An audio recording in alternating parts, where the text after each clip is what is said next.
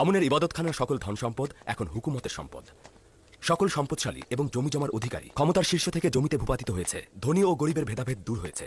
সবাই এক কাতারে অবস্থান করছে। একক ও আদিত্য খোদার ইবাদতকারীদের আর কোনো বিপদ নেই। এখন সিদ্ধান্ত আপনার হাতে। এই সকল গোলাম ও এত ধন সম্পত্তি দিয়ে আপনি কি করবেন? মিশরে সবকিছুই হলো জনাব ইউজারসিফের বরকতে। অখনাতুন ক্ষমতার সিংহাসনে টিকে আছে, সেটাও তোমার কারণে। তুমি আমাদের মন্ত্রী আজিজে মিশর। সবকিছুই তোমার ইচ্ছাধীন। তুমি যা ভালো মনে করো তাই করো। এমনকি যদি সবাইকে ক্ষমাও করে দেই? অখনাতুন ও তার সন্তানেরা তোমার ইচ্ছাধীন রয়েছে। গরিবরা, যাও যাও, গ্রহণ করো। তোমরা 5 জন, হ্যাঁ, 15 বোরা মূল্য দিয়ে নিয়ে যাও। কিন্তু আমার কাছে তো টাকা নেই। কিছুই নেই? না, যা ছিল তা তো পূর্বে গম কিনতেই শেষ হয়ে গেছে। আমি পূর্বে বলেছি, যাদের কাছে টাকা নেই তারা গোলামি মেনে নেওয়ার সনদে সই করবে, তারপরেই কম পাবে। ঠিক আছে, কোনো সমস্যা নেই। পূর্বে তো আমরা কারো না কারো গোলাম ছিলামই। এখন জনাব ইউজারসিফের গোলাম হতে আমাদের কোনো আপত্তি নেই। শুধু তুমিই নও, পুরো মিশরবাসী এখন জনাব ইউজারসিফের গোলাম। এই গোলামিকে আজাদি সূচনাকার হিসেবে মনে করছি জনাব। এটা তো আমাদের জন্য গর্বের। আমার আশা হচ্ছে এটাই, তোমরা শুধুমাত্র খোদার গোলাম হবে এবং অন্য কারো গোলামি করবে না। জনাব ইউজারসিফ, আমার তো বিক্রয় করার মতো কিছুই নেই। আমাকে কি বিনামূল্যে গম দেবেন? আরে জনাব, তিনি মিশরের সম্পদশালীদের মধ্যে একজন ছিলেন। সে নিজেকে গোলাম হিসেবে বিক্রয় করলে গম প্রদান করবেন। তার মানে বিনামূল্যে গম পাওয়ার জন্য আমাকে গোলাম হতে হবে? আমার তো সব কিছু নিয়ে নিয়েছেন, ঘর বাড়ি, পুত্র সন্তান, মালামাল, এবং আমার সব গোলাম। আমার স্ত্রী সন্তান সবাই তো এখন গোলাম হয়ে আছে। আমি বুঝতে পারছি না আমাকে আর কতটা অসহায় করবেন আপনি। কেউ কি তোমাকে গম কিনতে বাধ্য করেছে? হ্যাঁ, দুর্ভিক্ষ, ক্ষুধা। যদি গম না পাই তাহলে তো আমরা সবাই মারা পড়ব। দুর্ভিক্ষের পূর্বে তুমি তোমার শস্য হুকুমতের গুদামে মজুত করেছিলে? না, আসলে তো তখন অনুমানই করিনি যে দুর্ভিক্ষ দেখা দেবে। তাহলে তো তোমাকে গোলামি করতেই হবে। গোলামি করার চাইতে তো আমার মৃত্যুই উত্তম।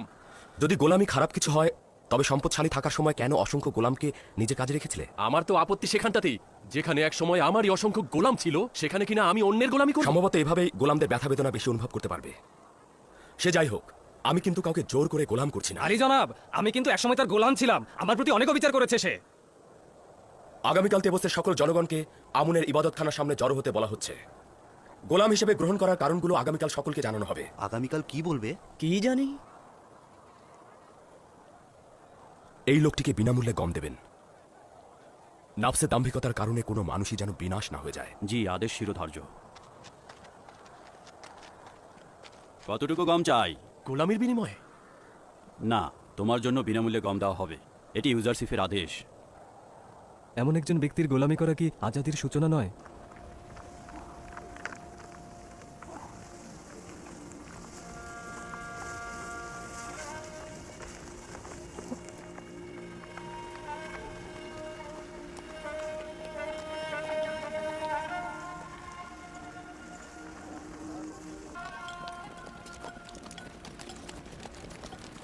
মিশরে এখন কেউ কারো সম্পর্কিত বা সম্পদ নয়। এমনকি জনগণ নিজেরাও এখন হুকুমতেরই অংশ। আমনের ইবাদতখানার সকল ধন সম্পদ এখন হুকুমতের সম্পদ।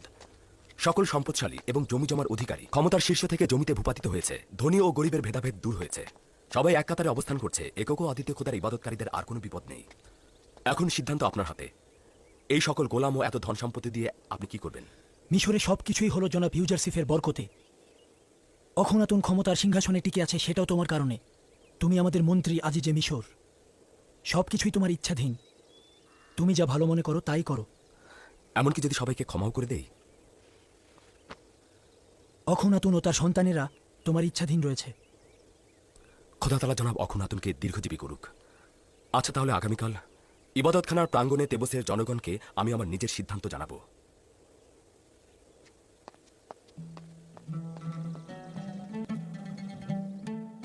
ইউসুফের তাগাদা কবুলের সময় কি হয়েছে? এই রহস্য কি অব্যাহত থাকবে? ফরমান প্রদান তো আজই যে মিশরের হাতে রয়েছে। যদি ফরমান দিয়েই থাকেন তবে এই নির্জনতা পরিত্যাগ করব। বাধ্য করার কোনো প্রশ্নই আসে না। দয়া ও ভালোবাসা না থাকলে বাধ্য করে কোনো ফায়দা নেই। কখনো কখনো নিজেকে বলি, আসমানি মাবুদের এশক থাকলে জমিনের এশকের কি প্রয়োজন? আবার অন্যদিকে ভাবি, যদি ইউসুফের এশক না থাকতো তাহলে মাবুদের আশেক কি করে হতাম? আমি ইউসুফের মাধ্যমে মাবুদের সাথে পরিচিত হয়েছি। ইউসুফের মাধ্যমেই তো আমি তার এশকের অভিজ্ঞতা পেয়েছি এবং তার প্রতি ঈমান গ্রহণ করেছি। আমি ইউসুফের এশকের প্রতি চিরঋণী, কিন্তু কিন্তু মহান রাব্বুল আলামিনের মতো একজন মাসুক থাকতে অন্য এশকের কি প্রয়োজন? তার মানে বানু জুলেখার দিলের মধ্যে ইউজারসিফের জন্য কোনো জায়গাই নেই? খোদা তাআলা তার সমস্ত সৌন্দর্য ও মহত্ব দিয়ে আমার সত্তাকে এমনভাবে পরিপূর্ণ করেছে যে অন্য কোনো এশকের দরকার নেই। বানু, জনাব অখুনাতুন ও মালিককে আপনি কি জবাব দেবেন? ইউসুফ খোদা তাআলার পয়গম্বর। এটা কি সম্ভব যে খোদা তাআলাকে ভালোবাসবো আর তার পয়গম্বরের দয়াকে দূরে ছুড়ে দেব? এবার কিন্তু আমি আশাবাদী হলাম। মনে হচ্ছে বানু জুলেখা বুদ্ধিমত্তার সঙ্গে এবার সিদ্ধান্ত গ্রহণ করলেন।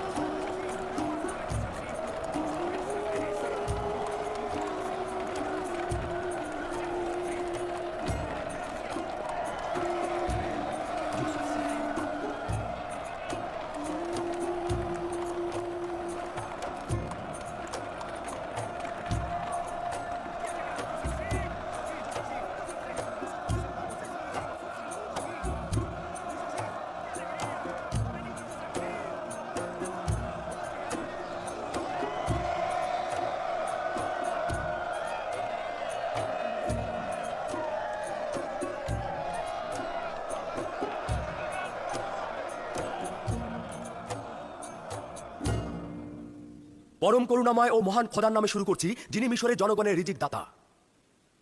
বাল্য বয়সে মাননীয় মন্ত্রী আজিজে মিশর পুতিফারের জন্য একটি কিতাব পড়েছিলাম। কিতাবটিতে মিশরের আগামী দিনের ভবিষ্যৎবাণী করা হয়েছিল। ওই কিতাবটিতে এমনটা লেখা ছিল যে এমন একদিন আসবে যেদিন মিশরের মূল কাঠামোর আমূল পরিবর্তন হবে, ধনী গরিবের নিজস্ব অবস্থানের পরিবর্তন হবে এবং এই ভিন্ন ধারা প্রতিষ্ঠায় রক্তক্ষয়ী সংঘর্ষ হবে। বিত্তশালীরা তাদের সম্পদ, রাজমহল ও গোলামদের হাতছাড়া করবে।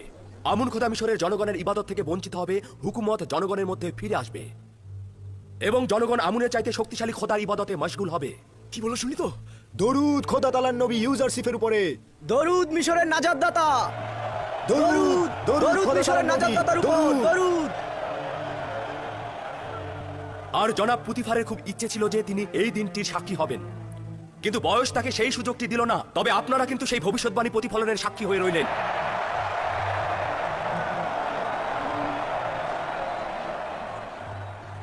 সম্ভবত মিশরের অনেক গণ্যমান্য ব্যক্তির এটা স্মরণে থাকবে যে একদিন একটি বালক কৃতদাসকে কেনার জন্য তেবসে কৃতদাস বিক্রেতাদের ময়দানে সবাই হাজির হয়েছিলেন।